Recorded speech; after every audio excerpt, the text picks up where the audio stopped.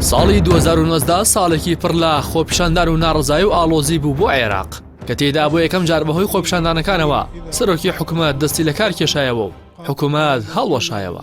خۆپیشاندان و ناڕزایەتی و کاردانەوەکانی گرنگترین ڕووداوی ساڵی 2019 عێراق بوو. لەم راپۆرتەدا پانۆرامای خۆپیشاندانەکانی ساڵی 2019 دەخەینە ڕوو.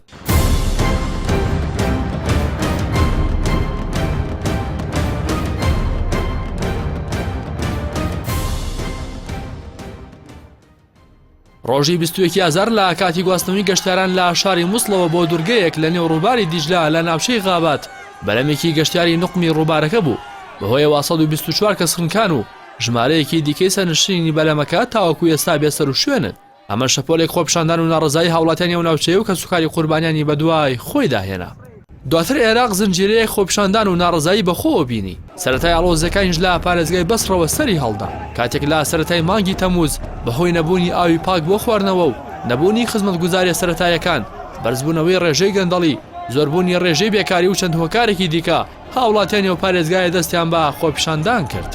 خۆپیشاندانەکان لەو پارێزگایە بەردەوام بوو تا ئەو کاتی لە مانگی ئەیلوڵ خۆپیشاندان بە ئاشۆیەکی بەرفراوانتر دەستی پێکرد و کۆنسوڵخانە و بارگای حزب و هێزەکانی حەشدی شەعبی لە بەسڕا سووتێنران. ڕۆژیەکی تشرینی یەکەم خۆپیشاندان لە بەغدا دەستی پێکرد و لایەنە ئەمنیەکانیش بە توندی وەڵامی خۆپیشاندەرانیان دایەوە.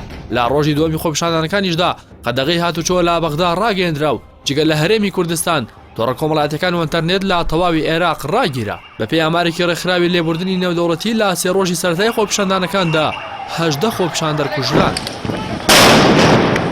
لە ڕۆژی 6 تشرینی یەکەم لە شاری بەسڕا خۆپیشاندەران دەستیان کرد بە سووتاندنی بینای حیزبە شیعە گەورەکانی عێراق، هەروەها دەستیان بەسەر بینای حیزبی شوعی عێراقیش داگرت.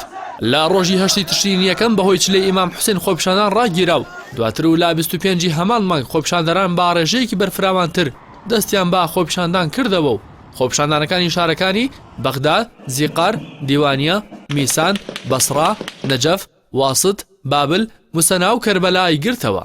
لە دەی تشرینی دووەم دەستەی پەرلەمانی عێراق بۆ مافی مرۆڤ ڕایگەیاند 319 کەس لە خۆپیشاندەران کوژراون و زیاتر لە 15,000 کەسیش بریندارن. لە 28 تشرینی دووەم سەرۆکوەزیرانی عێراق بڕیاری دەست لە کارکێشانەوەی دا و داواکەی پێشکەشی پەرلەمانی عێراق کرد و پەرلەمانیش لە 1 تشرینی دووەم دەست لە کارکێشانەوەکەیان پەسەند کرد و بۆ یەکەم جار لەسەر داوای خۆپیشاندەران سەرۆکوەزیرانی عێراق دەستی لە کار کێشایەوە و حکوومەت هەڵوەشایەوە. پاش دەست لە کارکێشانەوەی سەرۆکوەزیران دیاریکردنی کاندیدی جێگرەوەی عادل عەبدولمەهدی بوو بە گەورەترین گرفت تا ئاستێک کە سەرۆکۆمار لەسەر ڕانەسپاردنی کاندیدی هاوپەیمانەی بینا ئامادەیی خۆی بۆ دەست لە کارکێشانەوە دەربڕی. خۆپیشاندانەکان لە عێراق بەردەوامە و هیچ ئاسۆیەکیش بۆ چارەسەری دۆخەکە دیار نییە. جیا لە دەست لە کارکێشانەوەی سەرۆکوەزیران لە ژێر کاریگەری خۆپیشاندانەکاندا گۆڕانکاری لە کۆمسیۆنی هەڵبژاردنەکان کرا و لیژنەیەک بۆ هەمواری دەستوری عێراق پێک هاتوو یاسای هەڵبژاردنەکانیش هەموار کرایەوە. هاوکات عەلی سیستانی مەرجەعی باڵای شیعەکانی عێراق ڕۆڵی بەرچاوی لە خۆپیشاندانەکاندا هەبوو و دەست لە کارکێشانەوەی سەرۆکوەزیرانیش پاش وتارێکی هەینی مەرجەعیەت هات. عادل عەبدولمەهدیش لە نامەی دەست لە کارکێشانەوەکەی نووسی بووی وەک بەدەمەوە هاتنی داواکەی مەرجەعیەت دەست لە کار دەکێشێتەوە. ژمارەی قوربانیانی خۆپیشاندەران لە 2019 بەردەوام لە بەرزبوونەوەدا بوو. لە 4 کانونی یەکەم کۆمسیۆنی عێراق بۆ مافی مرۆڤ ڕایگەیاند تا ئێستا 460 کەس کوژراون و زیاتر لە 17,000 کەسیش بریندارن. هەروەها 48 کەسیش ڕفێندراون و چارەنووسیان نادیارە. مقتەدا سەدری ڕێبەری ڕەوتی سەدریش بۆ پاراستنی خۆپیشاندەران هێزەکانی با کڵاوی شینەوە ناردەناو خۆپیشاندەران دواتر با کڵاو شینەکان ناویان دەرکرد. کاردانەوەی خۆپیشاندەرانیش لە توند و تیژی بەدەر نەبوو. بە جۆرێک لە 12 کانونی یەکەم گەنجێکی تەمەن 15 ساڵ بە ناوی هەیسەم لەلایەن خۆپیشاندەرانەوە هێرشی کرایە سەر و زیاتر لە 30 شەقۆیان لێدا و دواتریش لا گۆڕپانی وەزبەی شاری بەغدا هەڵواسرا.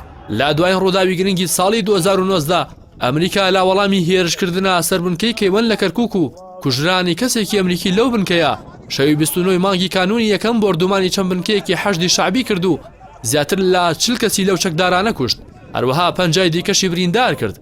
ئەمەش ناڕزایەتی بەرفراوانی حیزب و سەرۆکایەتەکان و هاوڵاتیانی شیعی عێراقی لێکەوتەوە و لە کۆتا ڕۆژی ساڵی 2019 گەماڕۆی کۆنسوڵخانی ئەمریکایان لە بەغدادا و بەرزبارانی کۆنسوڵخانەکەیان کرد و زیاتر لە 60 خۆپیشاندەریش بریندار بوون. ڕاستی حەمە ئەمین، کەناڵی ئاسمانی پێیە.